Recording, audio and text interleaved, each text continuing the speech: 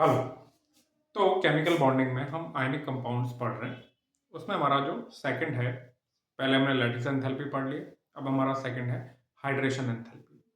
क्या होती है हाइड्रेशन एंथैल्पी, इसके बारे में थोड़ा सा बात करते हैं। तो हाइड्रेशन एंथैल्पी, जिसे आप हाइड्रेशन एनर्जी भी कह सकते हैं। ठीक है, ओके। एंथैल्पी एनर्जी अभी आपके लिए सेम बात है जब तक आप थर्मोडायनेमिक्स नहीं पढ़ लेते।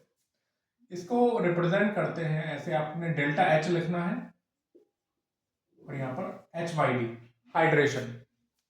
ठीक है, चाहे तो आप यहाँ लिख दो, कहीं भी लिख दो, कोई दिक्कत नहीं। आप इसको ऐसे भी लिख सकते हो, यानी एंथैल्पी ऑफ हाइड्रेशन या हाइड्रेशन एंथैल्पी। ठीक है, ठीक है। क्या होती है हाइड्रेशन एंथैल्पी, देखो ध्यान से।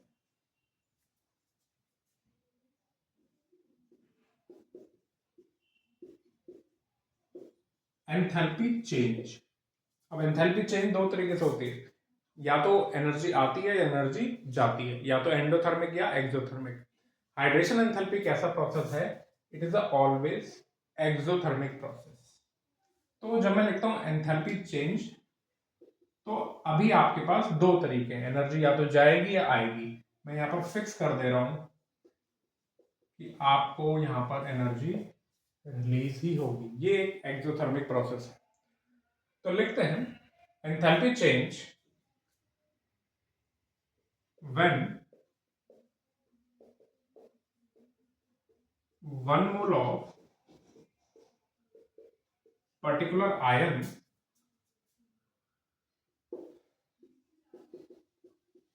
is dissolved in excess amount of water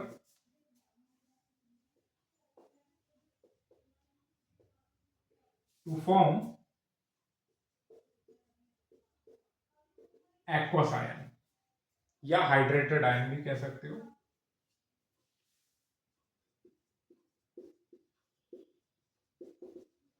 ठीक है, is called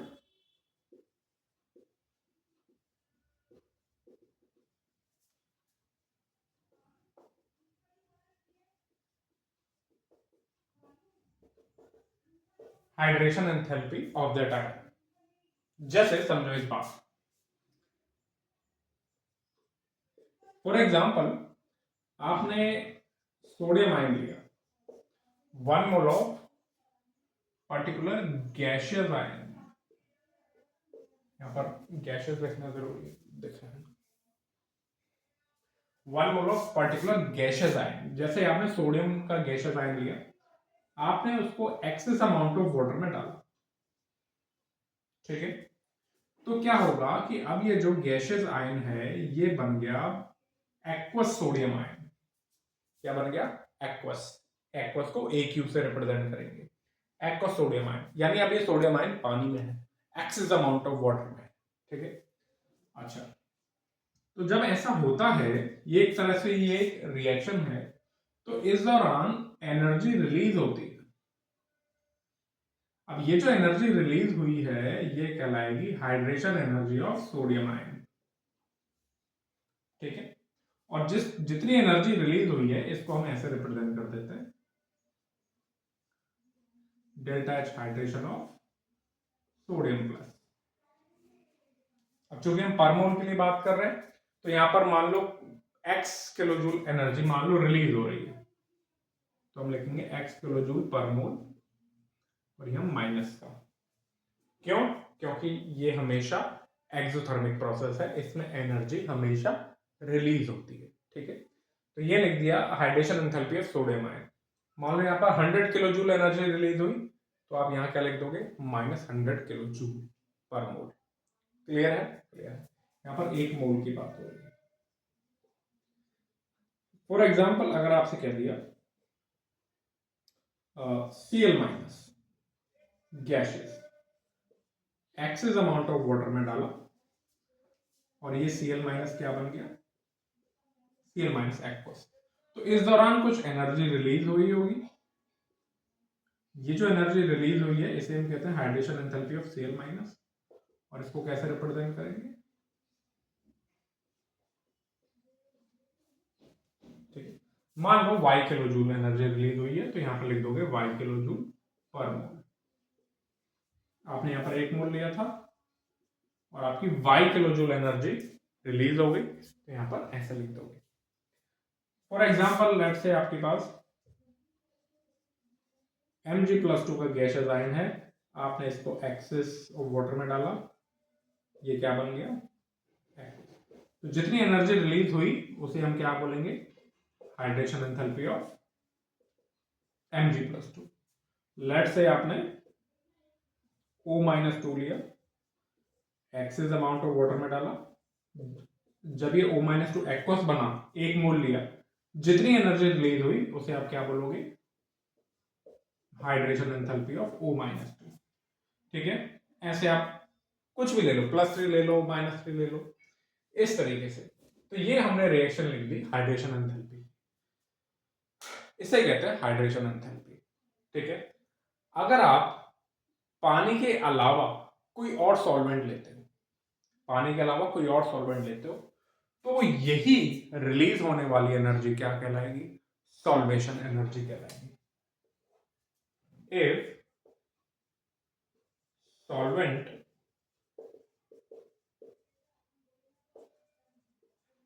other than water is used, the term is called solvation energy।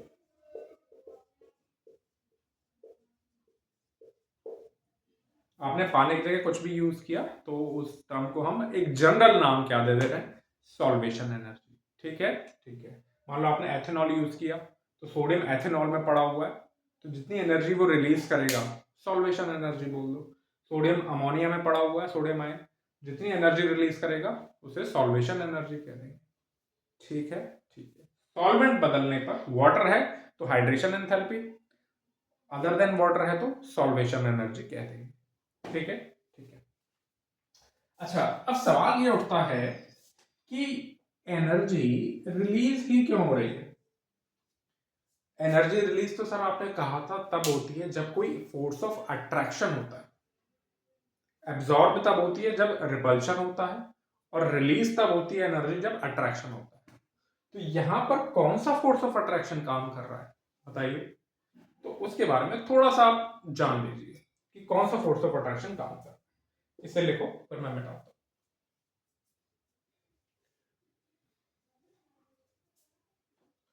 I hope लिख लिया।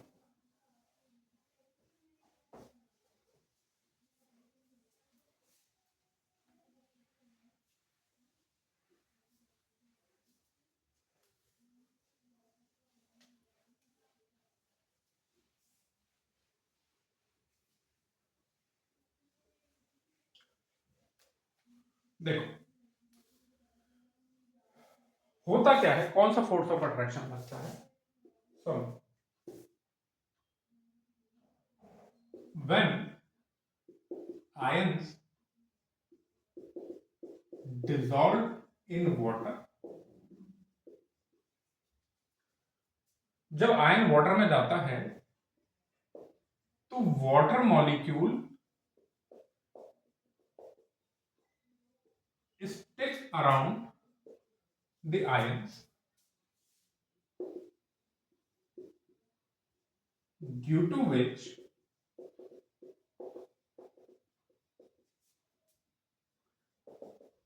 ion dipole attraction take place and energy is released। Just इसके पीछे की mechanism बता रहा हूं कि कौन सा अट्रैक्शन यहां पर कैसे काम करेगा, पूछा नहीं जाएगा ये वाला, बट समझो कि अट्रैक्शन कौन सा काम करेगा। तो मैंने एक शब्द का इस्तेमाल किया है, आयन डाइपोल। ओके, देखो डाइपोल अभी तक आप लोगों ने नहीं पढ़ा, केमिकल बॉन्डिंग में आगे आप डाइपोल मोमेंट पढ़ोगे। तो अभी सुनो डाइपोल क्या होता है।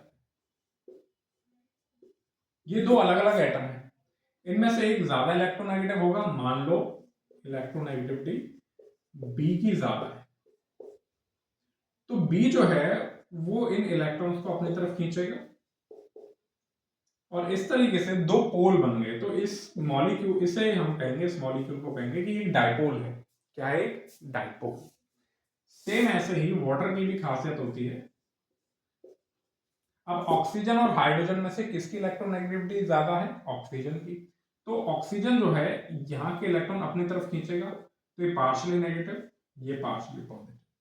यहाँ के इलेक्ट्रॉन भी अपनी तरफ खींचेगा, ये पार्शियली पॉजिटिव। तो ये जो वाटर मॉलिक्यूल है ये भी क्या है? एक तरीके का डाइपोल। ये भी एक डाइपोल है, ठीक है। अब जैसे ही तुमने लेट से आयन डाल दिया, लेट से सोडियम आयन डाल दिया, तो पानी में डाल दिया आपने,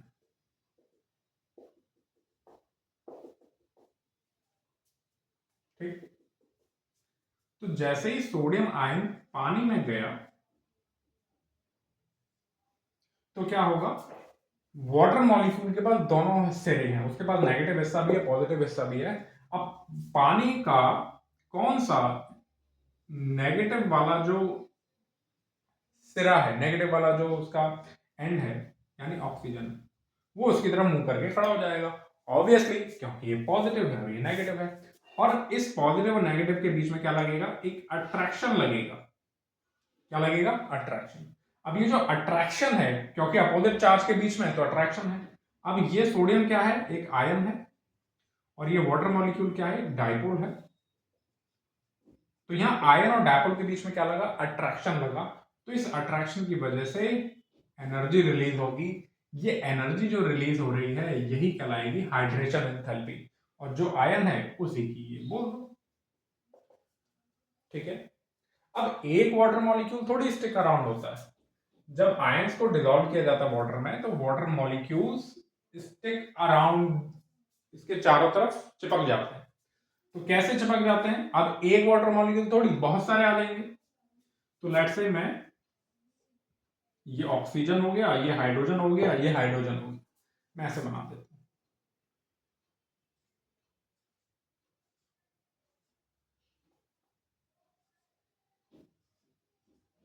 ऐसे ऐसे ऐसे ऐसे ऐसे ऐसे, एक नहीं, ऐसे लेयर दर लेयर बनती चली जाती है।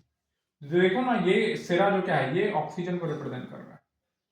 तो यहां पर कितना सारा, एक ही आयन के चारों तरफ इतने सारे वाटर मॉलिक्यूल चिपक जाते हैं, और लेयर दर लेयर ऐसे चलती चली जाती है।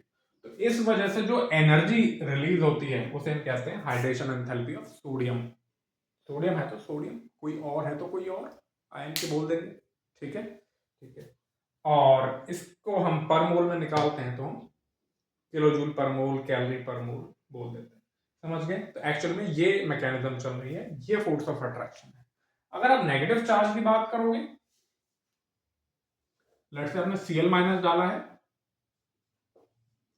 Cl माइनस डाला है, तो वाटर मॉलिक्यूल के पास ये वाला हिस्सा है ऑक्सीजन, ये वाला पार्शियली पॉजिटिव, ये अट्रैक्ट करेगा, अगेन आयन डाइपोल, हो गया आयन डाइपोल अट्रैक्शन। तो इस तरीके से मैं ऐसे शो करता हूं। अब आयन डाइपोल अट्रैक्शन है, और एक थोड़ी होगा, कई वाटर मॉलिक्यूल घेरेंगे। ये हाइड्रोजन को मैं ऐसे शो करूं, ये हाइड्रोजन है और ये हाइड्रोजन है, ऐसे ऐसे ऐसे ऐसे, लेयर दर लेयर।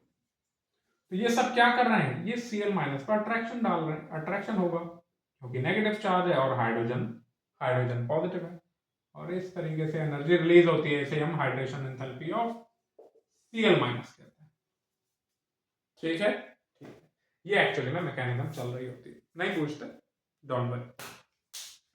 अब मैं बात करता हूं क्वेश्चंस कैसे आते हैं। क्वेश्चंस आते हैं इसके फैक्टर्स, फैक्टर्स अफेक्टिंग, ओके। चलिए मैं हटाता हूं,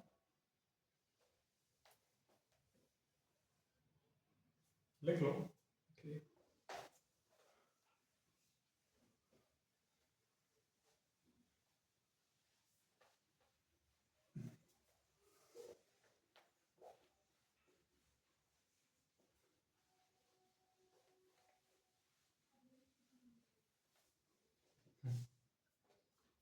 अब आता है फैक्टर्स अफेक्टिंग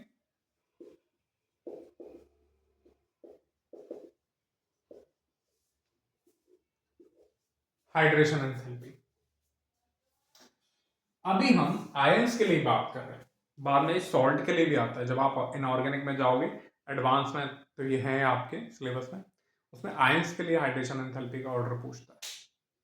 अभी हम यहाँ पर फिलहाल, वहां पर सॉल्ट के लिए पूछता है, अभी हम यहाँ पर फिलहाल आयंस के लिए पढ़ेंगे। फैक्टर्स अफेक्टिंग हाइड्रेशन एंथैल्पी, दो फैक्टर अफेक्ट करते हैं। पहला चार्ज ऑन आयन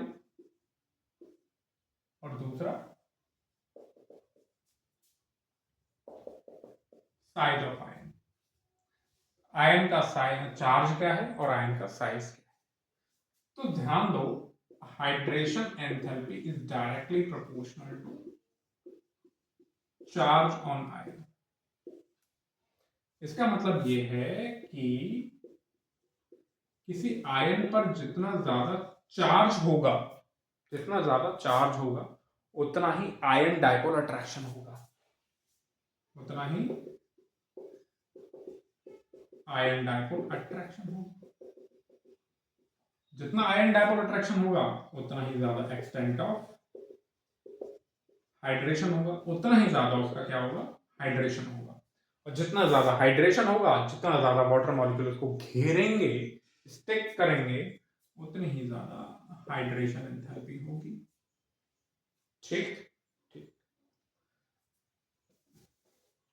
और दूसरा साइज ऑफ आयन, तो hydration enthalpy is inversely proportional to size of ion. Size of ion जितना ज्यादा बढ़ेगा, हाइड्रेशन एंथैल्पी उतनी कम होगी। क्यों?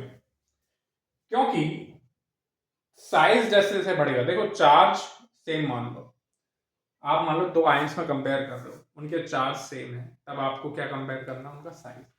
तो साइज ऑफ आयन जैसे जैसे बढ़ेगा, वैसे वैसे चार्ज डेंसिटी कम होगी। चार्ज डेंसिटी मतलब चार्ज पर वॉल्यूम, क्या बोलते हैं इसको, चार्ज पर वॉल्यूम। साइज बढ़ेगा तो वॉल्यूम बढ़ेगी, वॉल्यूम बढ़ेगी तो चार्ज डेंसिटी कम होगी, चार्ज डेंसिटी कम होगी तो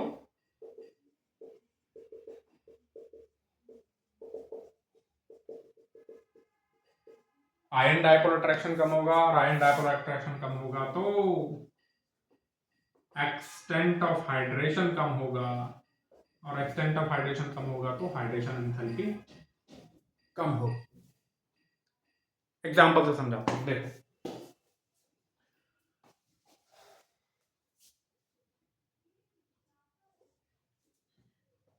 आपसे मैंने पूछा, लेट्स से हाइड्रेशन एंथैल्पी का ऑर्डर पूछा,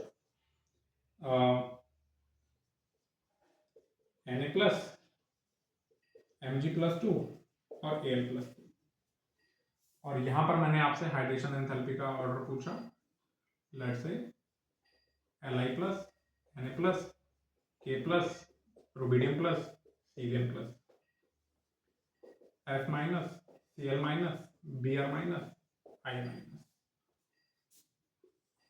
और let's say F minus, O minus 2, N minus. तो अब बताओ कि पानी में डला सोडियम प्लस Mg+2 Al+3, तो कौन ज्यादा एनर्जी रिलीज करेगा? क्यों? क्योंकि जब आप इधर जा रहे हो तो चार्ज बढ़ रहा है, चार्ज बढ़ रहा है तो जो अट्रैक्शन है आयन के साथ, डायपोल का तो सेम ही है, और डायपोल थोड़े बदल जाएगा। तो सोडियम प्लस और एल्यूमिनियम+3, इसके सामने ये खड़ा है पार्शियल नेगेटिव, इसके सामने ये खड़ा है पार्शियल नेगेटिव। अब मुझे बताओ अट्रैक्शन होने के चांस कहां ज्यादा है? ऑब्वियसली एल्यूमिनियम+3 से, क्योंकि चार्ज ज्यादा है। चार्ज ज्यादा है तो क्या, तो चार्ज डेंसिटी ज्यादा है। ठीक है, ठीक। और अगर कभी कंफ्यूजन हो कि भैया चार्ज और साइज दोनों उल्टा काम कर रहे हैं, ऑपोजिट काम कर रहे हैं, जैसे मैं अभी बताऊंगा। तो प्राइम फैक्टर, डोमिनेंट फैक्टर हमेशा आपने चार्ज को लेना है। जितना ज्यादा चार्ज होगा आयन पे उतना ही अच्छा, उतनी ही अच्छे से वो उसके चारों तरफ वाटर मॉलिक्यूल स्टिक करेंगे, और जितने अच्छे से वाटर मॉलिक्यूल स्टिक करेंगे उतना ही अच्छा आयन डायपोल अट्रैक्शन होगा, तभी तो स्टिक करेंगे, उतनी एनर्जी को रिलीज करेंगे। ठीक है, सेम ऐसा ही चार्ज बढ़ रहा है तो एक्सटेंट ऑफ हाइड्रेशन बढ़ रहा है तो हाइड्रेशन एंथैल्पी बढ़ेगी। सेम लाइन यहां चिपकाना। चार्ज सभी पे सेम है, पहले इंश्योर करो चार्ज सेम हो, तभी आप साइज पे जाओगे। ध्यान रखना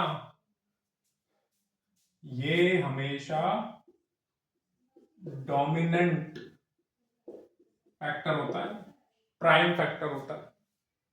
ठीक है, चार्ज सेम है तभी आप साइज देखोगे। तो जरा देखो भाई, जब आप इधर जा रहे हो तो साइज क्या हो रहा है, बढ़ रहा है, तो चार्ज डेंसिटी घट रही है, तो एक्सटेंट ऑफ हाइड्रेशन भी क्या होगा, घटेगा, तो हाइड्रेशन एंथैल्पी घटेगी। ठीक है, सेम सिनेरियो यहां पर है। क्लियर है? क्योंकि देखो लिथियम प्लस है, देखो छोटा सा,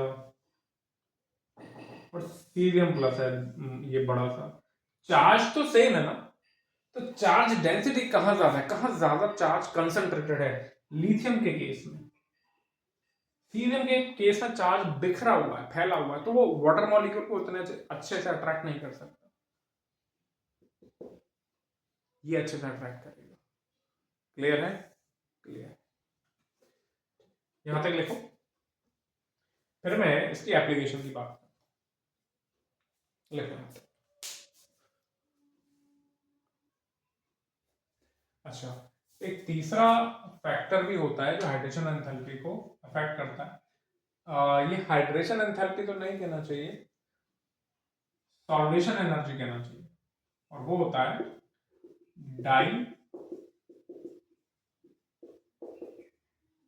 इलेक्ट्रिक कांस्टेंट। ठीक है, डाई इलेक्ट्रिक कांस्टेंट डी से रिप्रेजेंट कर देते। डाई इलेक्ट्रिक कांस्टेंट क्या होता है, किसी सॉल्वेंट का होता है, dielectric constant of solvent, जितना ज्यादा होगा सॉल्वेशन एनर्जी उतनी ज्यादा होगी। ये भी वन ऑफ द फैक्टर है जो अफेक्ट करता है सॉल्वेशन एनर्जी को, हाइड्रेशन एंथैल्पी नहीं। अब हम एक ओवरऑल टर्म की बात कर रहे हैं। तो डाइलेक्ट्रिक कांस्टेंट होता क्या है, सुनो ध्यान से। किसी सॉल्वेंट का dielectric constant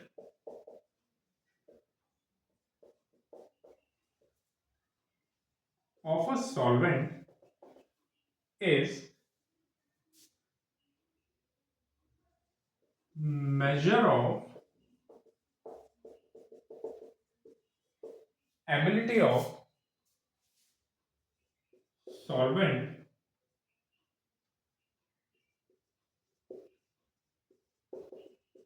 to dissolve ionic compound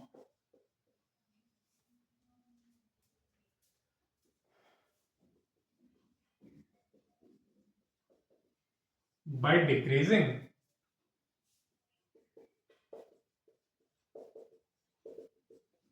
electrostatic force of attraction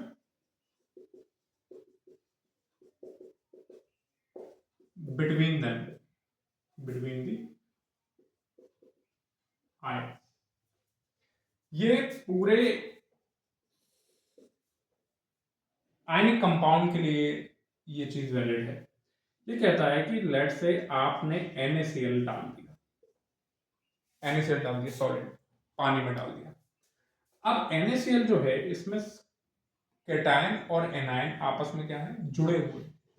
तो ये जब पानी में जाएंगे तो इनको घुलने के लिए ऐसा नहीं है कि NaCl चिपके रहेंगे और उसके चारों तरफ सॉल्वेंट आ जाए, नहीं, आपको होगा ये कि जाकर के सॉल्वेंट के अंदर Na+ अलग होगा और Cl- अलग होगा, अलग अलग होगा, फिर इसके चारों तरफ क्या आएंगे, सॉल्वेंट के मॉलिक्यूल, और इसके चारों तरफ सॉल्वेंट के मॉलिक्यूल।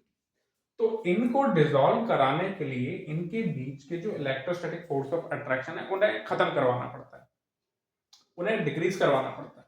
और वो डिक्रीज कराने की जो एबिलिटी है उसका मेजरमेंट ही क्या है, डाइलेक्ट्रिक कांस्टेंट है।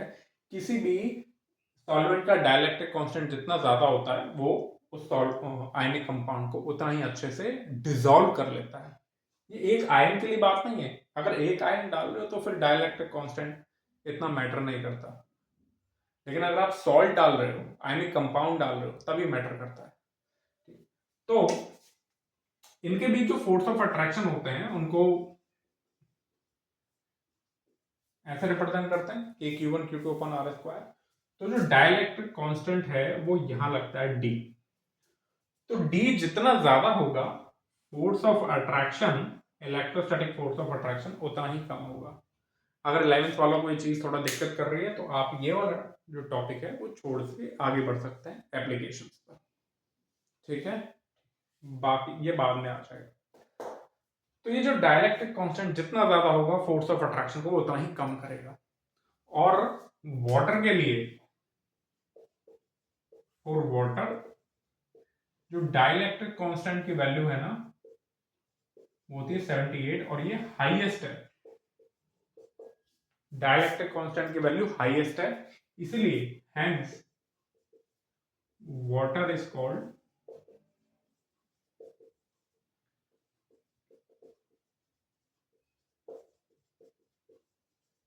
Universal solvent. अगर आपको सॉल्वेंट नहीं दे रखा होता है ना क्वेश्चन में, तो आप अपने आप से मान लेते हो कि वो सॉल्वेंट कौन होगा, वाटर, यूनिवर्सल सॉल्वेंट। जब आयनिक कंपाउंड डलता है ना तो वाटर मॉलिक्यूल बड़े स्टाइल से क्या करता है,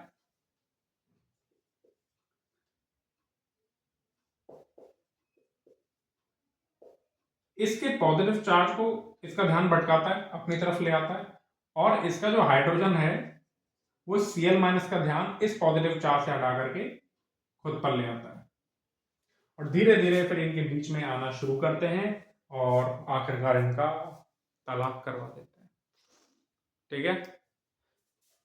सोडियम प्लस को नेगेटिव चाहिए वो इसने दे दिया, Cl- को पॉजिटिव चाहिए वो इसने दे दिया, और इस तरीके से अलग करवा देते हैं। ये जो एबिलिटी है अलग करवाने की, यही कहलाती है डाइलेक्ट्रिक कांस्टेंट, और ये वाटर के लिए सबसे ज्यादा होता है, 78, हाँ लगभग कुछ 78 होता है, ठीक है। तो डाइलेक्ट्रिक कांस्टेंट भी हमने पढ़ लिया। आयंस के केस में, इंडिविजुअल आयंस के केस में ये कोई इंपॉर्टेंट चीज नहीं है, सॉल्ट के केस में इंपॉर्टेंट होता है, ठीक है। आई होप ये चीज क्लियर हो गई। अब आ जाओ एप्लीकेशंस।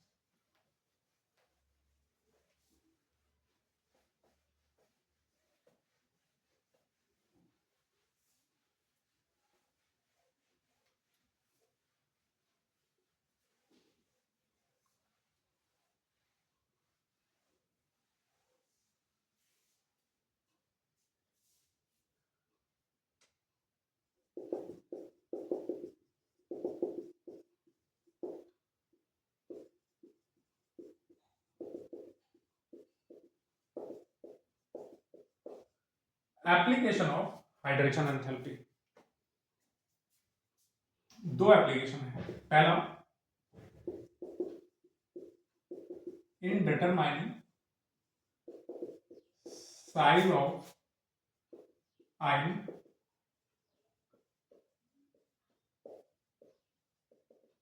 इन एक्वस मीडियम, पहले ही पढ़ लेते हैं। तो ये कहता है कि किसी आयन के लिए हाइड्रेशन एंथैल्पी जितनी ज्यादा होगी उसका साइज इन वाटर या एक्वस मीडियम उतना ही ज्यादा होगा। यानी किसी आयन का एक्सटेंट ऑफ हाइड्रेशन जितना ज्यादा होगा, जितनी ज्यादा हाइड्रेशन एंथैल्पी होगी, उतना ही ज्यादा उसका एक्वस मीडियम में साइज होगा। समझाता हूं क्या मतलब है इसका। तो हाइड्रेशन एंथैल्पी या एक्सटेंट ऑफ हाइड्रेशन कुछ भी कह दो, जितना ज्यादा होगा is directly proportional to size of ion in aqueous medium. देखो, लेट्स से आपसे मैंने साइज पूछा Na plus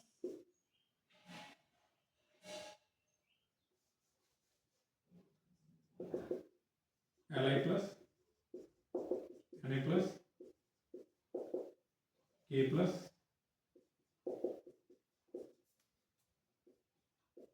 Rb plus Cgm plus gases. और वही मैंने आपसे पूछ लिया aqueous aqueous aqueous aqueous aqueous. ठीक है, ओके।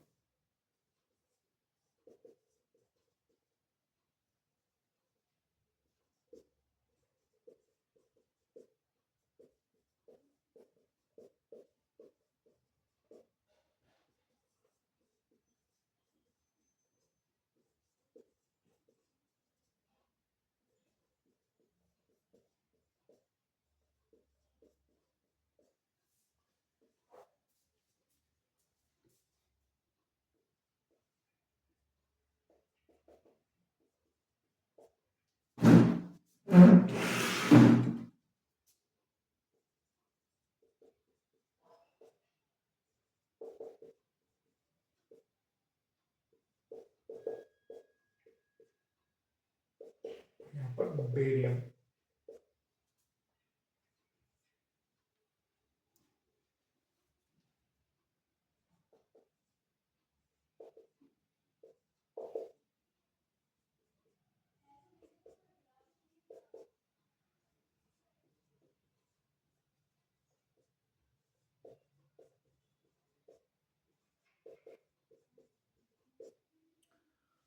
देखो,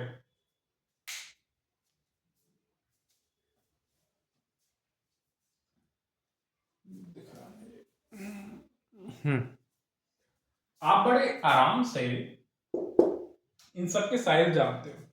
आपने पीरियोडिक टेबल में पढ़ते अप टू डाउन जाने पे साइज या एटॉमिक रेडियस बढ़ती है, ठीक है। लेकिन अगर आप हाइड्रेशन की बात करोगे तो लिथियम जब जाता है पानी में और सीजियम जब जाता है पानी में, किसका हाइड्रेशन ज्यादा होता है? लिथियम का। तो जिसका हाइड्रेशन ज्यादा होगा, जिसकी हाइड्रेशन एंथैल्पी ज्यादा होगी, रूल मैंने क्या बताया है कि उसका साइज ज्यादा होगा एक्वस मीडियम में। अरे, लिथियम प्लस गैसियस में सबसे छोटा है, लेकिन लिथियम प्लस एक्वस में सबसे बड़ा है। ये क्या हो गया?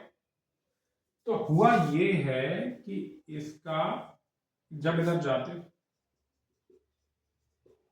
तो एक्सटेंट ऑफ हाइड्रेशन ज्यादा है, या कहें कि हाइड्रेशन एंथैल्पी ज्यादा है। ज्यादा हाइड्रेशन होने से इसका जो साइज है इन एक्वस मीडियम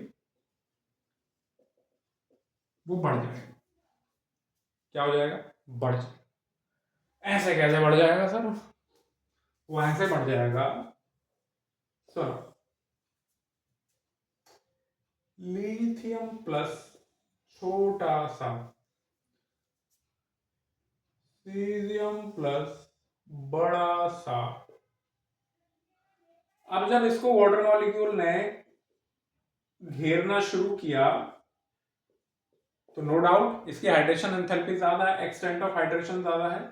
तो ऐसे घेर घेर के घेर घेर के घेर घेर के घेर घेर के घेर घेर के घेर घेरा बनाते जा रहे हैं, घेरा जमाई साई खेलते जा रहे हैं इसके साथ।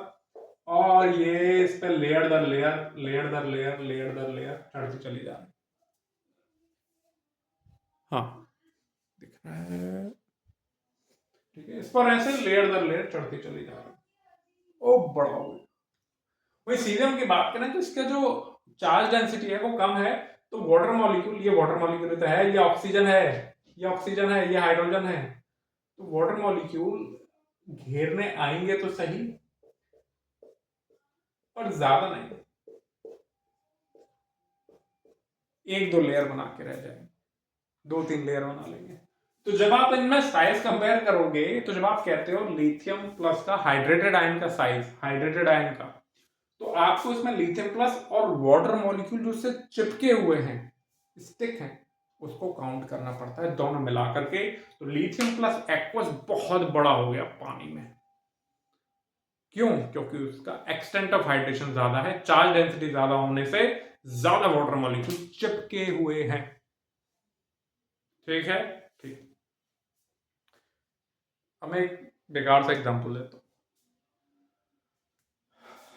लेट्स से शाहरुख खान, वो आया तुम्हारे घर के पास मॉल में, और तुम्हारे गली के एक अंकल है, शाहरुख खान छोटा सा हाइट कम है, और एक गली के मोहल्ले में तुम्हारे एक अंकल हैं ऐसे एकदम मोटे ताजे, पेट निकला एकदम इतने बड़े। तो अगर आप इंडिविजुअल कंपेयर करोगे, अगर आप इंडिविजुअल कंपेयर करते हो, तो शाहरुख खान का साइज छोटा है, तुम्हारे अंकल का साइज बड़ा है, इंडिविजुअल, अकेले। अब मॉल गए दोनों, शाहरुख खान मॉल गया, तुम्हारे अंकल मॉल गए। शाहरुख खान के अराउंड जो भीड़ आएगी, कितनी ज्यादा आएगी? बहुत ज्यादा आएगी। तो अब जो उस मॉल में शाहरुख खान का जो साइज है, उस भीड़ को मिला करके वो बहुत बड़ा हो गया। समझ गए? अब उस अंकल के अराउंड कोई नहीं है, हो सकता है उनके बच्चे, वाइफ हो, या उसके एक आध दो चार दोस्त हो, तो वो अंकल ये रहे, शाहरुख खान ये रहा। अब शाहरुख खान का जो साइज है उस मॉल में बहुत बड़ा हो गया। तो हाइड्रेशन, मतलब थोड़ा सा एग्जांपल से समझ जाओ, हाइड्रेशन इतना ज्यादा हो गया कि उसका साइज बहुत बढ़ गया। और क्लियर है? वैसे तो सेम ऐसे ही अगर आप इसमें देखोगे तो नो डाउट ऐसा है। और एक्सटेंट ऑफ हाइड्रेशन किसका ज्यादा होगा? इसका ज्यादा होगा। क्लियर है? क्लियर है? ये भी दिखता है क्या? देख,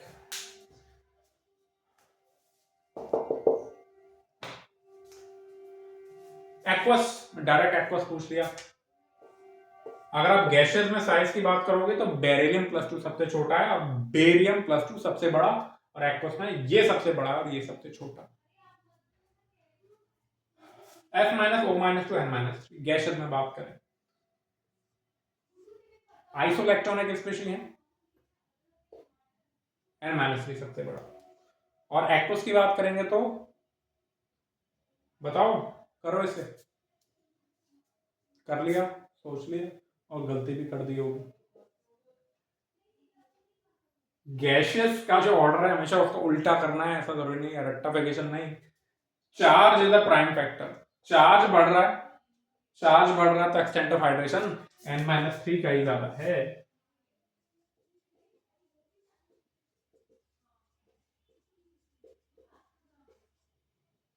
एक्सटेंट ऑफ हाइड्रेशन ज्यादा है तो साइज भी ज्यादा है। ठीक है, ठीक है।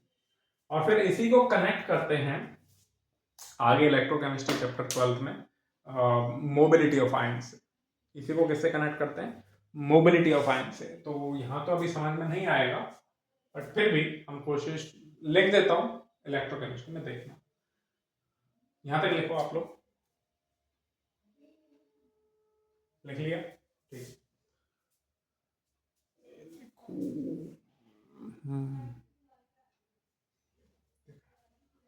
इन determination of, in determining mobility of ion, क्या?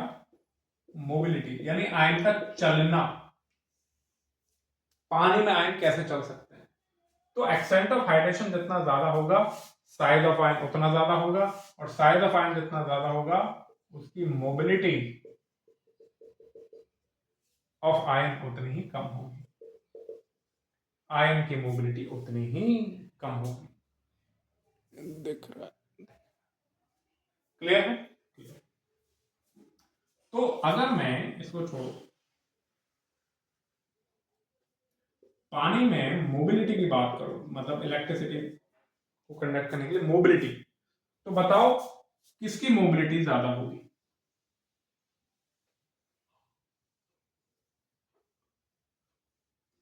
जिसका पानी में साइज बड़ा होगा उसकी मोबिलिटी कम होगी। ठीक है, ये आ गया मोबिलिटी। अब मुझे बताओ, शाहरुख खान को चलने में ज्यादा दिक्कत आएगी उस अंकल को, शाहरुख खान को? क्यों? क्योंकि वो अब इतना बड़ा गिर चुका है, फंसते फंसते चलेगा। ओके, ठीक। सेम उसका सेम ऐसे ही यहां पर आप कर सकते हो, मोबिलिटी में ऑपोजिट हो जाएगा, यहां भी ऑपोजिट कर देना, हर जगह ऑपोजिट, साइज पर डिपेंड करेगा। हाँ, इसको भी ऑपोजिट कर देना, क्योंकि अब n-3 बड़ा है ना। ठीक है, तो आई होप आप लोगों को चीज क्लियर हुई। ये हुआ हाइड्रेशन ऑफ आयंस। सॉल्ट के लिए हम अलग से बात करेंगे। ठीक है, आपके एस ब्लॉक में और इनमें है सॉल्ट के कुछ ऑर्डर हैं, एडवांस के लिए जरूरी है। ठीक है, तो लिखिए यहां तक। Thank you.